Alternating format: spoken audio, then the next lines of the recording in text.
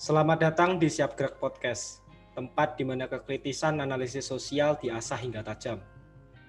Ini kami, para anggota kelompok 3 yang siap membahas mengenai kasus-kasus pelanggaran HAM pada masa Orde Baru. Perkenalkan, saya Ignatius Rama, absen 7 sebagai moderator. Ya, halo semuanya, nama saya Albertus Julian Evin Pramudiatama. Saya kelas 11A, nomor absen 3. Saya di sini akan menjelaskan sedikit lah tentang biografi Pak Munir ini. Gitu. Ya, saya Luciana Veronica Wijaya dari kelas 11A nomor 11. Jadi saya akan menerangkan sedikit banyak dari kasus Marsinah. Hai, aku Rosa Asmi Gitanjani, nomor absen 14. Kali ini aku memiliki peran untuk menceritakan kronologi mengenai kasus Manggi 1. Ya, saya Valentina Evin Kasusanto. Saya akan membahas sedikit mengenai kasus Nipah yang terjadi pada tahun 93 dan saya nomor absen 19.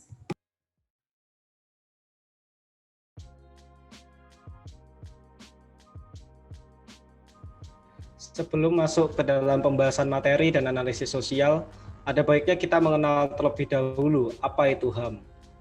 Menurut Kamus Besar Bahasa Indonesia, hak asasi manusia adalah hak yang dilindungi secara internasional, yaitu Deklarasi PBB Declaration of Human Rights, seperti hak untuk hidup, hak kemerdekaan, hak untuk memiliki, hak untuk mengeluarkan pendapat. Sementara menurut Undang-Undang Nomor 39 Tahun 1999, hak asasi manusia adalah seperangkat hak yang melekat pada manusia sebagai makhluk Tuhan Yang Maha Esa dan merupakan anugerahnya yang wajib dihormati, dijunjung tinggi dan dilindungi oleh negara, hukum, pemerintahan, dan setiap orang demi kehormatan serta perlindungan hak dan martabat manusia. Dari kedua definisi ini dapat kita simpulkan bersama bahwa pada hakikatnya hak asasi manusia atau HAM ini adalah sebuah hak dasar yang dimiliki oleh manusia. Menurut teman-teman di sini, mengapa sih hak asasi manusia itu dianggap sebagai suatu hak dasar? Mengapa bukan hak yang lain? Apa keistimewaan hak asasi manusia sehingga ia dianggap sebagai hak dasar? Silakan Ian untuk. Oke, mulai dari aku dulu ya.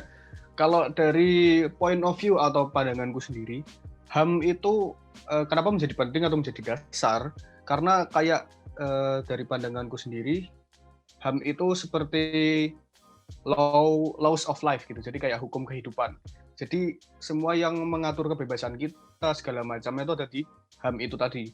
Jadi bisa dibayangkan kalau HAM itu nggak ada, jadi manusia tuh bisa seenaknya ngapain gitu loh. Jadi kita tuh kayak misalnya bebas banget gitu, nggak ada aturan gitu. Nanti kalau nggak ada aturan pasti akan jadi chaos segala macam, pembunuhan di mana-mana, pemerkosaan di mana-mana, dan itu kan bisa bertambah buruk lah bagi kehidupan kita. Jadi itulah mengapa hak asasi manusia itu menjadi dasar atau yang paling penting lah dalam kehidupan kita. Itu sih dari saya. Bisa dilanjutkan.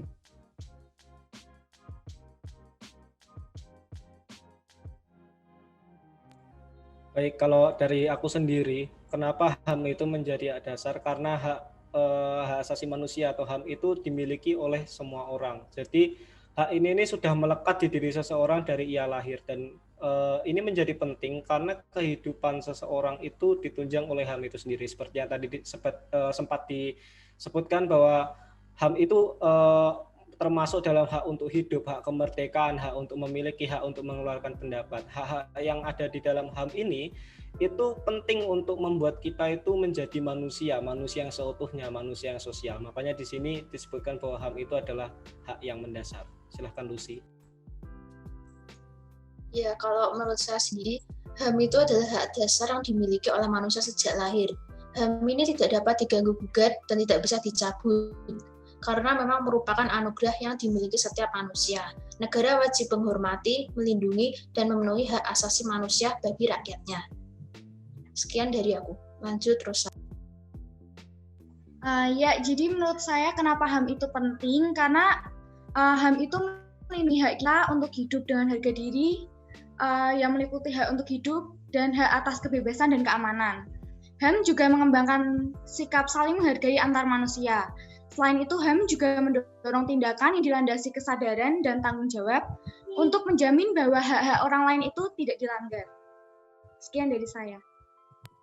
Nah, untuk saya sendiri, saya sependapat dengan rekan-rekan saya, dan simpelnya HAM itu sudah tercatat di UUD. Jadi sangat penting bagi kita semua untuk bisa menghargai hak asasi sesama kita. Itu sih dari saya. Baik, terima kasih atas jawaban dan pendapat dari teman-teman semua. Baik, kita akan mulai masuk ke dalam pembahasan. Seperti yang telah kita ketahui bersama bahwa judul podcast kita kali ini adalah HAM ala Orde Baru, Nyawa Tanpa Harga. Seperti yang telah kita diskusikan sebelumnya, bahwa banyak sekali kasus pelanggaran hak asasi manusia yang terjadi selama masa pemerintahan Orde Baru. Kasus-kasus pelanggaran ini mulai terungkap ke publik setelah Bapak Presiden kedua kita, Bapak Soeharto, lengser dari jabatannya pada 21 Mei 1998. Salah satu aktivis yang paling gencar menyuarakan dan membela para korban kasus pelanggaran hak asasi manusia di masa Orde Baru adalah Munir. Siapa yang tidak kenal dengan Munir? Aktivis paling berani di Indonesia Raya yang pada akhirnya mengalami kematian tragis di atas pesawat Garuda tujuan Amsterdam pada tahun 2004. Agar kita bisa lebih mengenal siapa itu Munir, Ian akan membantu kita untuk menceritakan sekilas perihal siapa itu Munir. Dipersilahkan, Ian. Baik, terima kasih Rama atas waktunya. Jadi saya sudah mengumpulkan tentang seluk-beluk tentang Pak Munir ini. Jadi saya akan mulai. Pak Munir atau dengan nama lengkap Munir Said Thalib, itu beliau lahir di Malang, Jawa Timur pada tanggal 8 Desember 1965. Pak Munir ini adalah seorang aktivis HAM Indonesia. Jabatan terakhirnya adalah Direktur Eksekutif Lembaga Pemantau Hak Asasi Manusia Indonesia Imparsial.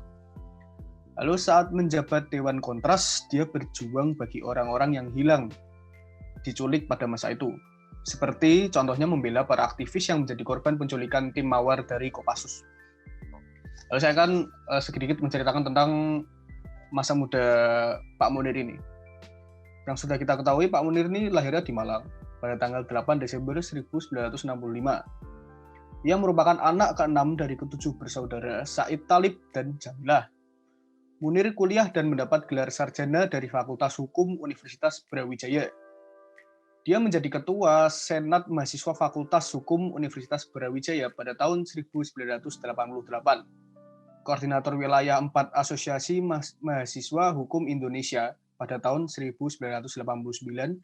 Anggota Forum Studi Mahasiswa untuk Pengembangan Berpikir Universitas Brawijaya pada tahun 1988. Sekretaris Dewan Perwakilan Mahasiswa Hukum Universitas Brawijaya pada tahun 1988. Lalu Sekretaris Al-Irsyad Cabang Malang pada 1988 dan menjadi anggota Himpunan Mahasiswa Islam atau singkatannya HMI. Lalu Munir ini serius dalam bidang hukum dengan cara melakukan pembelaan-pembelaan terhadap sejumlah kasus, terutama kaum tertindas.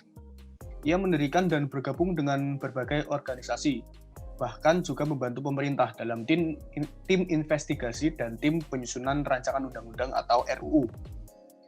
Beberapa kasus yang pernah dia tangani yaitu kasus Araujo yang dituduh sebagai pemberontak melawan pemerintahan Indonesia untuk memerdekakan Timur Timur dari Indonesia pada tahun 1992. Lalu yang terkenal tuh ada kasus Marsinah, seorang aktivis buruh yang dibunuh oleh militer pada tahun 1994. Menjadi penasihat hukum warga Nipah, Madura dalam kasus pembunuhan petani-petani oleh militer pada tahun 1993.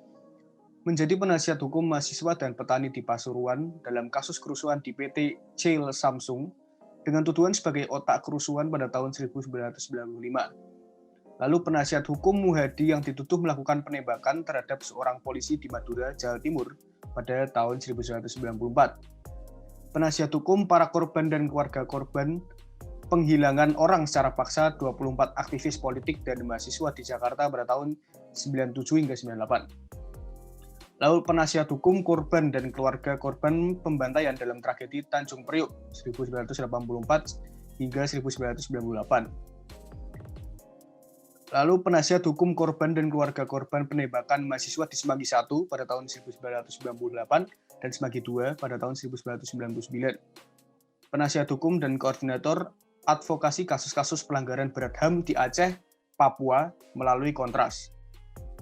Kasus yang dia tangani termasuk beberapa kasus di wilayah Aceh dan Papua yang dihasilkan dari kebijakan operasi militer. Munir aktif di beberapa kegiatan advokasi dalam bidang perburuan, pertanahan, lingkungan, gender, dan sejumlah kasus pelanggaran hak sipil dan politik. Pada tahun 2003, Munir bersikeras untuk ikut dengan sejumlah aktivis senior dan aktivis pro-demokrasi mendatangi DPR pasca penyerangan dan kekerasan yang terjadi di kantor Tempo. Pada tahun 2004, Munir bergabung dengan tim advokasi SMPN 56 yang digusur oleh Pemda. Selain itu, ia juga seorang yang aktif menulis di berbagai media cetak dan elektronik yang berkaitan dengan tema-tema HAM, hukum, reformasi militer dan kepolisian, politik dan perburuan. Munir adalah sosok pemberani dan tangguh dalam meneriakkan kebenaran. Ia adalah seorang pengabdi yang teladan, jujur, dan konsisten. Berkat pengabdiannya itulah ia mendapatkan pengakuan yang berupa penghargaan dari dalam negeri dan luar negeri. Di dalam negeri, ia dinobatkan sebagai Man of the Year 1998 versi majalah UMMAT. Penghargaan PIN emas sebagai lulusan Universitas Brawijaya sebagai salah seorang tokoh terkenal Indonesia pada abad ke-20, majalah Forum Keadilan. Sementara di luar negeri, ia dinobatkan menjadi as leader for the Millennium dari Asia Week pada tahun 2000, The Right Livelihood Award, Alternative Nobel Prizes untuk promosi HAM dan kontrol sipil atas militer. Lalu Stockholm pada Desember 2000 dan an honorable mention of the 2000 UNESCO Mandanjit Singh Prize atas usaha-usahanya dalam mempromosikan toleransi dan anti kekerasan Paris November 2000. Kita juga tahu bahwa Munir itu kan kematiannya berada di dalam pesawat Garuda yang diracun dan segala macam. Jadi, tapi hari ini kita tidak akan membahas tentang kematian Munir. Tapi kita akan fokus kepada kasus-kasus penting yang pernah ditangani oleh Pak Munir ini. Ya, khususnya nanti kita akan menjelaskan tentang masyarakat di Nipah, Marsinah, dan Semanggi 1. Yaitu, sekian biografi Munir dari saya. Bisa dilanjutkan, Rama. Terima kasih Ian atas penjelasannya yang luar biasa hebat mengenai biografi Munir. Setelah ini, seperti yang sempat disinggung oleh Ian, bahwa kita akan lebih fokus kepada kasus-kasus pelanggaran HAM yang ditangani oleh Munir. Maka saya persilakan untuk Vinka, Lucy, dan Rosa menyampaikan kasus-kasus yang pernah ditangani oleh Munir. Silakan. Ya, mulai dari saya dulu ya. Terima kasih Rama atas kesempatannya. Sebenarnya banyak kasus-kasus yang telah ditangani oleh Munir ini, tetapi yang akan saya ambil untuk jadi bahan pembahasan adalah satu kasus yang terjadi pada 25 September pada tahun 93. Pada saat itu perhatian seluruh masyarakat Indonesia ditujukan kepada satu kecamatan, yaitu Kecamatan Nipah. Nah, inilah yang nanti kita akan kenal sebagai tragedi Nipah. Tragedi Nipah ini terjadi pada seperti yang saya sudah katakan, yaitu pada tahun 93, tepatnya pada 25 September. Konflik ini bermula dari permasalahan milik tanah masyarakat Nipah yang akan dijadikan waduk oleh pemerintahan Orde Baru. Waktu itu sejumlah petugas negara melakukan pengukuran lahan yang akan nantinya dibangun menjadi sebuah waduk. Mereka mendapatkan pengawalan ketat dari aparat bersenjata. Namun pada saat yang bersamaan, sebagian warga mulai melakukan aksi unjuk rasa. Masyarakat dari beberapa desa tersebut meminta pengukuran tanah ini dibatalkan, tetapi aparat-aparat tersebut tidak memberikan jawaban, malah menembaki satu persatu dari mereka. Beberapa warga menderita luka dan 4 yang lainnya merenggang nyawa. Dari kasus NIPA inilah muncul kesadaran dari mahasiswa era 90-an yang disebut sebagai FAMI. Demonstrasi FAMI ini terbilang cukup berani ya. Betapa tidak, karena mereka mampu mendesak MPR yang menjadi lembaga tertinggi di negara meminta pertanggungjawaban presiden selaku kepala pemerintahan. Di depan gedung DPR atau MPR, mereka ini memasang spanduk besar-besaran yang bertuliskan seret presiden ke sidang istimewa MPR RI.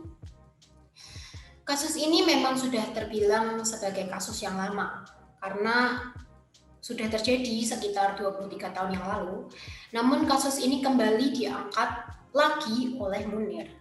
Lalu kenapa sih kasus ini menjadi salah satu kasus yang dianggap melanggar HAM? Seperti yang kita ketahui saja, seperti apa yang dikatakan rekan-rekan saya tadi pada awal pembahasan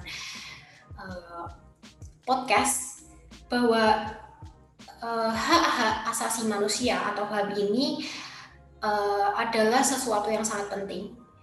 Kehidupan seseorang itu adalah suatu hal yang mahal harganya. Selain itu, seperti yang sudah saya katakan bahwa pentingnya HAM ini sudah tercatat di dalam UUD.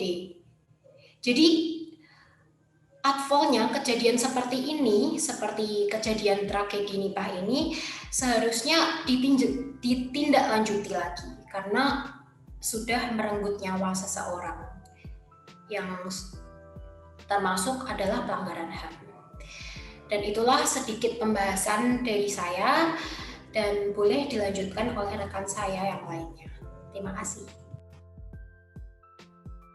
Baik, terima kasih Vinka atas penjelasannya.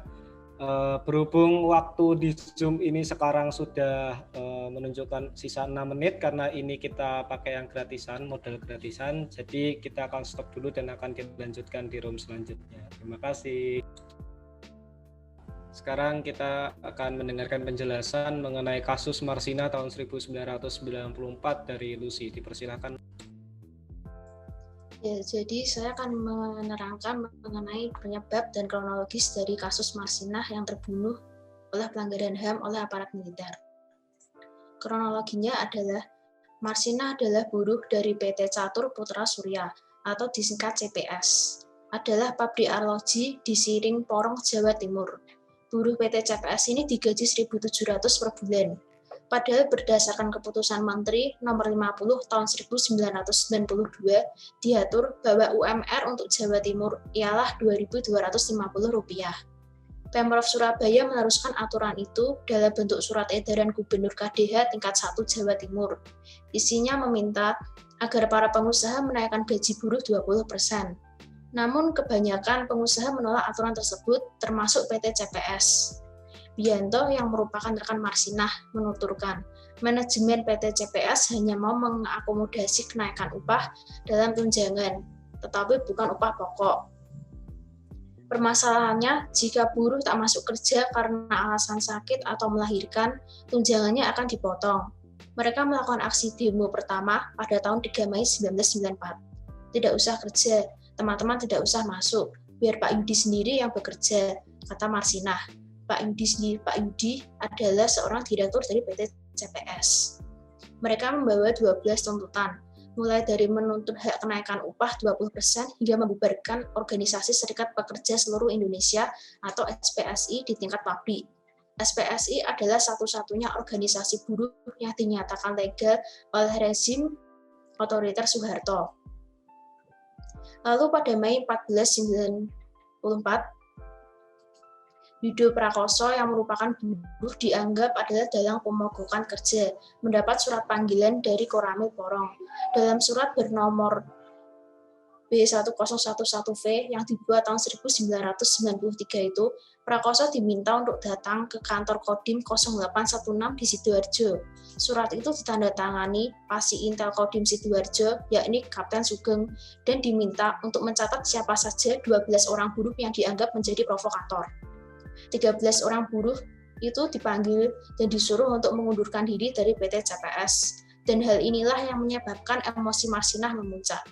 Pada Mei 1994, Marsinah menghilang tanpa jejak, dan banyak yang mengira ia pulang kampung ke desanya di Nganjuk.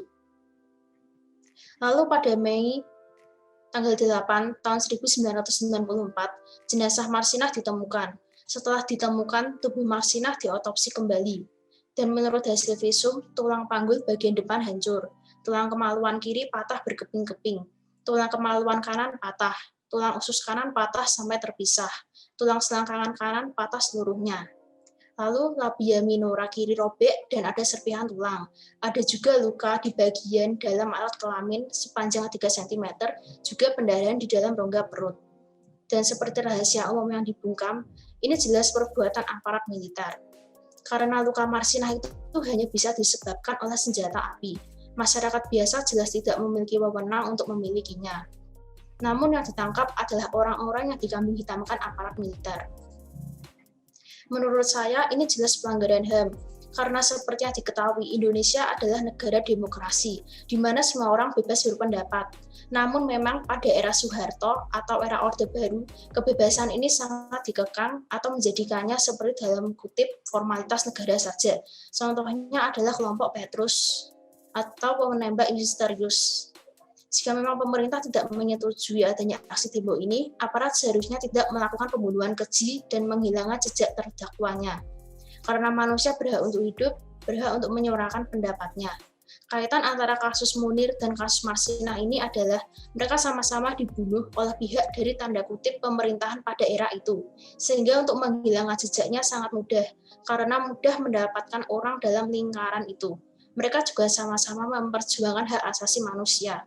Jika dikaitkan dengan 4C yang dihidupi Ignatius Loyola adalah di sini saya akan menyoroti mengenai compassion dan conscience, yakni hati nurani dan saling berempati. Kasus Marsinah ini jelas tidak memiliki kedua nilai tersebut, karena bagaimana bisa penghilangan dan penyiksaan manusia ini bisa dimaafkan, bahkan hingga saat ini yang sebenarnya belum terungkap dan masih terkesan ditutup-tutupi. Sekian dari saya, terima kasih. Baik, terima kasih Lucy atas penjelasannya yang luar biasa menyedihkan, dan juga tadi sudah sempat dikaitkan juga dengan nilai tersakral dari sekolah kita 4C. Baik, untuk kasus terakhir kita akan membahas mengenai kasus Semanggi berdarah pertama di tahun 1998 dan akan dijelaskan oleh Rosa. Silakan Rosa untuk menjelaskan.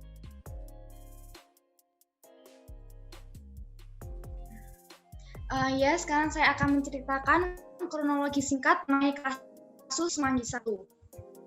Peristiwa Semanggi 1 ini terjadi beberapa bulan setelah gerakan reformasi berhasil memaksa mundur Presiden Soeharto dari kursi jabatannya sebagai presiden. Pasca mundurnya Presiden Soeharto, gerakan untuk memperjuangkan reformasi total di pemerintahan terus bergulir. Di Jakarta pada tanggal 12 November 1998 misalnya, pecah unjuk rasa besar-besaran, mahasiswa menolak sidang istimewa MPR yang digelar untuk menentukan agenda pemilu dan membahas sejumlah agenda pemerintahan lainnya. Mahasiswa menolak sidang istimewa karena tidak percaya dengan keanggotaan DPR MPR yang masih dipenuhi para pendukung Orde Baru. Massa juga menentang pemerintahan B.J. Habibie yang dianggap sebagai warisan rezim Orde Baru. Diawali demo besar oleh puluhan ribu mahasiswa yang bergerak dari Diponegoro, lalu belok ke Semanggi. Ketika di Semanggi, mereka dihadang oleh aparat keamanan. Unjuk rasa ini dihadapi aparat keamanan dengan cara represif untuk menghalau massa yang bergerak menuju gedung DPR MPR di Senayan. Polisi dan tentara tak segan menggunakan cara-cara kekerasan. Akibatnya, seorang mahasiswa ITI Jakarta tewas di jalan karena tembakan aparat keamanan. Pada tanggal 13 November 1998, tindakan represif yang cenderung brutal selanjutnya juga digunakan aparat keamanan untuk menghadapi pengunjuk rasa yang mundur dan bertahan hingga keesokan harinya di kampus Atmajaya. Tidak cukup dengan tembakan gas air mata dan pentungan, sejumlah polisi dan tentara juga menembakkan senjata api ke arah mahasiswa.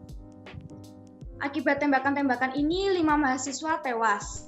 Sepanjang tanggal 12 sampai 13 November 1998, sedikitnya 17 orang termasuk mahasiswa tewas selama berlangsung unjuk rasa besar-besaran menolak sidang istimewa MPR 1998 ini. Peristiwa yang juga mengakibatkan lebih dari 400 orang mengalami luka-luka ini belakangan dikenal sebagai tragedi Semanggi I. Hal inilah yang menyebabkan tragedi Semanggi I termasuk ke dalam kasus pelanggaran HAM. Tepatnya karena ulah aparat keamanan pemerintahan yang melakukan tindakan represif sehingga mengakibatkan sedikitnya 17 orang meninggal dan lebih dari 400 orang mengalami luka-luka. Sekian pemaparan singkat mengenai peristiwa Semanggi I dari saya. Baik, terima kasih atas penjelasannya Rosa. Jadi setelah kita mendengarkan 3 kasus yang pernah ditangani oleh Munir, yaitu kasus masyarakat Nipah pada tahun 1993, kemudian kasus Marsinah pada tahun 1994, dan yang terakhir adalah kasus Semanggi berdarah pertama di tahun 1998. Saya ingin mendengar pendapat dari teman-teman semua. Menurut teman-teman semua, bagaimana atau perbandingan kondisi hak asasi manusia saat ini dibandingkan kondisi hak asasi manusia di masa Orde Baru? Apakah ada yang berbeda ataukah ada yang sama? Kemudian apakah ada kaitan dengan nilai 4C yang selama ini kita sakralkan di Loyola? Saya persilahkan Ian untuk mulai menjawab. Oke, baik. Terima kasih Rama atas waktunya. Jadi kalau saya bisa ngasih pendapat, kalau membandingkan zaman dulu sama sekarang, itu tentang HAM, mungkin ininya ya penegakannya gitu ya, penegakan HAM-nya. Mungkin kalau sekarang tuh jauh lebih mudah lah gitu dituntaskan atau segala macam. Karena kalau kita melihat zaman dulu, kita tahu bahwa kasus-kasus ini pun belum tahu kan kasusnya siapa, yang dalangnya siapa gitu, yang bisa membuat kejadian ini. Tapi kalau zaman sekarang siapa sih yang nggak punya gadget gitu, siapa yang nggak punya HP. Jadi kadang-kadang kejadian dikit ada orang jatuh atau apa itu di video. Jadi kayak gitu tuh sekarang jadi lebih mudah lah penegakannya. Misalnya kalau ada pelanggaran HAM, sekarang harusnya itu lebih cepat lah ditindaknya. Jadi siapa yang melakukan, dalangnya siapa, korban siapa, gitu tuh harusnya kalau sekarang sih lebih cepat ya, kalau dibandingkan sama zaman dulu. Karena zaman dulu kan susah nyari bukti gitu. Harus benar-benar orang yang melihat kejadian baru bisa jadiin bukti. Tapi kan kalau sekarang gadget-gadget udah banyak, CCTV udah ditaruh di rumah-rumah, udah banyak ditaruh di rumah-rumah. Jadi ya kalau mau ngumpulin bukti itu gampang. Lalu kalau bertanya soal 4C, nilai sakral Ignatian tuh pasti di dalam HAM itu ada lah. 4C itu juga termasuk gitu. Yang seperti tadi Lucy bilang, compassion dan kancen hati nurani dan belas kasihan, yaitu salah satu lah yang bisa dikaitkan antara HAM dengan 4C. Terutama compassion ya. Karena soal ini kan kebanyakan kasus pembunuhan, segala macam, penindasan, itu jadinya ya HAM itu pasti ada hubungannya sama 4C, terutama sama compassion. Itu kalau dari saya sendiri. Ya, begitu. Terima kasih, Rama. Bisa dilanjutkan. Baik, kalau menurut saya sendiri, kondisi hak asasi manusia saat ini dibandingkan kondisi hak asasi manusia di masa Orde Baru itu ada yang sama dan juga ada yang berbeda. Ada yang sama, di sini saya menggarisbawahi mengenai kasus-kasus HAM di zaman saat ini yang berkaitan dengan pemerintah. Ada beberapa kasus-kasus HAM di zaman ini yang sulit sekali untuk diungkap karena ya kejadiannya sama seperti Orde Baru, itu terjadi dan pelakunya itu kemungkinan besar itu berada di lingkaran pemerintahan, sehingga daripada merusak citra pemerintahan lebih baik ini tidak diusut. Itu kesamaannya, tapi jelas itu tidak sebanyak dan tidak se-viral yang ada di masa Orde Baru. Nah, perbedaannya adalah di zaman ini seperti yang tadi Ian bilang bahwa semua orang itu punya gadget, informasi itu beredar luas di masyarakat. Jadinya pengungkapan HAM itu, pengungkapan kesalahan HAM itu seperti itu bisa diungkap menjadi lebih cepat. Jadi banyak yang dengan nilai 4C ya. Kalau menurut saya ini bisa dikaitkan semua dengan 4C. Yang pertama kan kompetensi di sini, bahwa kalau orang itu pikirannya sudah maju, dia nggak akan mungkin melakukan pelanggaran HAM dalam hal ini. Kemudian di nilai kedua yaitu conscience, hati nurani. Kalau misalkan orang itu punya hati nurani, dia nggak akan mungkin melakukan pelanggaran HAM sekalipun dia disuruh oleh pemerintah yang berkuasa. Kemudian yang ketiga ada nilai compassion. Di situ juga dia tidak mungkin melakukan HAM jika dia memiliki compassion. Dan terakhir adalah komitmen. Jika dia punya komitmen untuk menghargai HAM orang lain, dia tidak akan melakukan pelanggaran-pelanggaran HAM yang buruk. Kalau menurut saya seperti itu, silahkan dilanjut oleh Lucy. Ya, kalau untuk saya sendiri, untuk penanganan HAM untuk zaman sekarang dan pada era Orde Baru itu sama saja buruknya. Tetapi untuk era sekarang itu lebih baik, sedikit membaik, karena yaitu seperti yang dikatakan Ian, sudah terdapat kemajuan teknologi. Tetapi untuk penanganan HAM yang lain seperti yang kita ketahui, kasus penyiraman air keras Novel Baswedan, penyidik senior KPK, itu sampai sekarang kasusnya itu sudah terungkap. Tetapi saya meyakini bahwa itu adalah seperti dikambing hitamkan, dan dalam sebenarnya itu belum diketahui. Karena memang banyak orang yang tidak menyukai, bukan banyak orang, tetapi mungkin aparat kepolisian yang tidak menyukai Novel Baswedan, karena ia telah banyak mengungkap kasus-kasus hebat di belakang KPK yang juga dilakukan oleh kepolisian.